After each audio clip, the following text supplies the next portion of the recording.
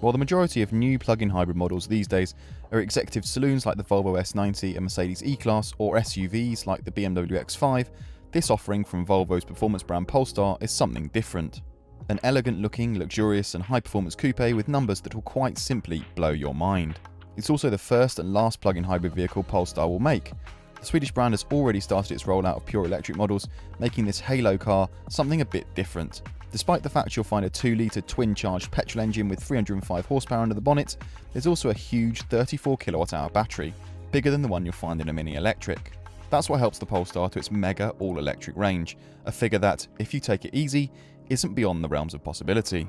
Now from the outside you'd never even know this thing was part electric, would you? I mean, it has just as much presence as any petrol coupe. Obviously from the front you've got quite a lot of Volvo influence with the headlights, but the grille, that just gives it so much aggression.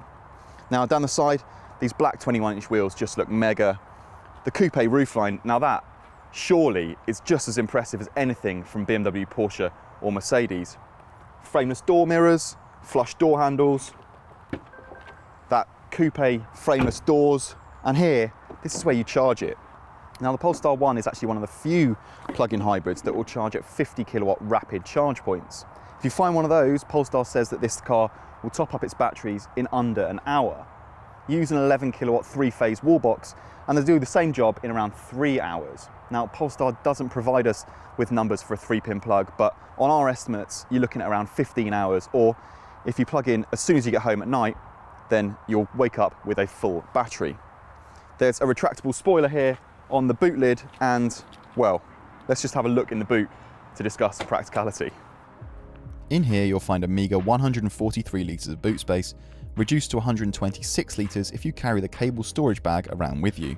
That's poor by city car standards, let alone something more akin to a GT car capable of crossing continents with minimal fuss. At least you get the novelty of having some of the car's electrical systems showcased behind this clear panel, complete with annotations. Technically the Polestar 1 is a 4-seater, but you'll be lucky to get a child in the back, let alone a fully grown adult. The front seats don't even fold like you'd expect. Positioning to get things in the back is a laborious task of pressing buttons and waiting for the chair to slowly edge forward. Once you've done that, there's a seat belt attached to the base of the front seat, no less, to clamber over. If you ever want to use the rear seats, a Porsche Panamera is much more useful. However, while it does feel spacious enough up front, it never really feels worthy of its eye-watering 6-figure price tag. Now it feels a lot like a Volvo S90 up here, but I guess that's kind of what it is. It's a production version of the 2013 Volvo Concept Coupe. Part of the reason the interior feels so underwhelming in here is because of the Polestar 2. Now that's a car that, despite costing a third of the price, feels just that little bit quirkier and, dare I say it, a little bit more luxurious. Now another point of comparison with that Polestar 2 is this car's infotainment system. This car uses a Volvo system, so it feels a little bit older now. It's got plenty of functionality and it's responsive enough, but the graphics on the sat-nav look a little bit dated. But as I say, it's got everything you need, including Apple CarPlay and Android Auto. Storage, despite this being a £140,000 luxury coupe, is actually pretty good. You've got a couple of cup holders down here. There's a cubby under here, which okay is a little bit shallow, but it's got USB connectivity and you can hide your key in there as well. There's a decent sized glove box and there's door bins which will easily hold a bottle of water. There's a couple of other things worth mentioning about this car's interior. The first thing is the seats. They're fantastic, they're really comfortable and really well contoured. The other thing is visibility. This car seems to have so much glass that it really improves your field of vision. Not only does that glass roof flood the cabin with light, the rear window's huge, which really helps when manoeuvring, especially when changing lanes on the motorway.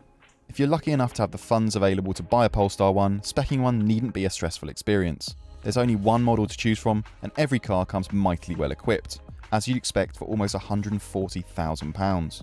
Externally, every car comes with LED active bending headlights that help you see around corners, 21-inch alloy wheels wrapped in Pirelli P0 tyres, huge brakes, and a retractable rear wing.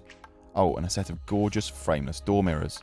Inside there's 2-zone climate control, heated Napa leather sports seats, a Bowers & Wilkins 15-speaker stereo, and a head-up display.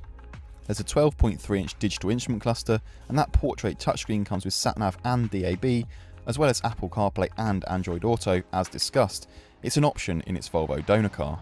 The Polestar 1 isn't cheap to buy, but it has the potential to be a very cheap car to run. If you're lucky enough to be able to choose one as a company car, you'll save a pretty penny on your benefit in kind bill.